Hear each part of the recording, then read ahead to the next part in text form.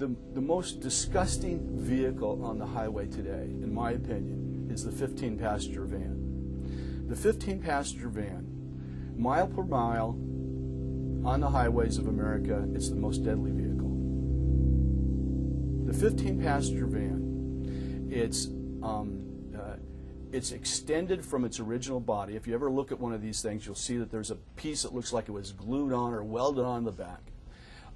It's got room for 15 passengers. Why 15 passengers? Because at 16 passengers you have to have an upgraded license.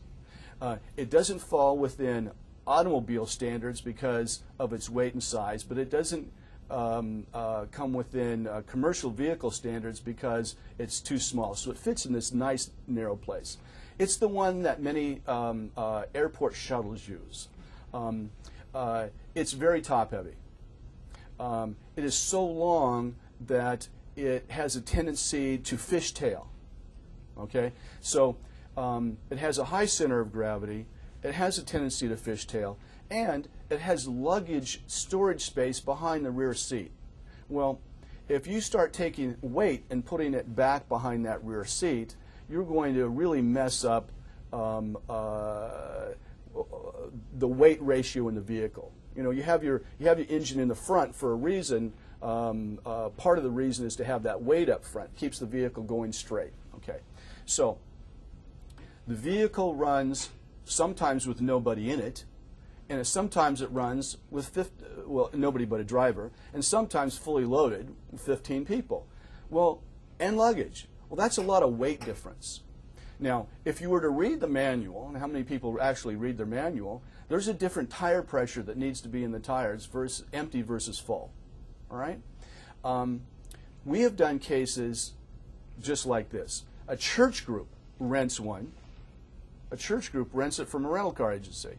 Now, the rental car agency does not talk to the driver about how much experience do you have driving this thing. I mean, I'm renting a van. Somebody who's driven a van might not think anything different about this van. They never say anything to them about, you know, you have to change the tire pressure when you put a bunch of people in this. And that it has a tendency to fishtail a little bit because it's so long and you have all this weight. And if it ever fishtails, you probably don't have any chance of saving it from a rollover. Now, for whatever reason, people who always wear seat belts, when they get into a shuttle van, they don't wear their seat belts at the same rate as they would in their own vehicles.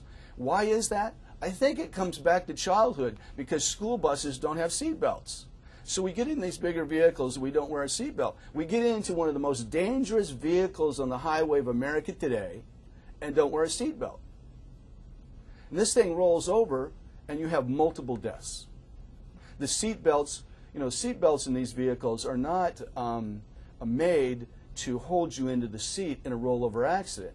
The way the seat belts are made, they hold you into the seat in a forward motion, but a motion where your weight is going out and up because you're rolling over. The seat belt is not nearly as effective. It doesn't hold you in. So you have one of the most dangerous vehicles on the highway. Lower seat belt use, difficult to drive, loaded with people, overweight for the tire pressure. It's a disaster. You know, these vehicles are outlawed for use by primary and secondary schools in the United States. But you can rent them without any extra warnings. And colleges use them. You know, sports teams use them. Churches use them.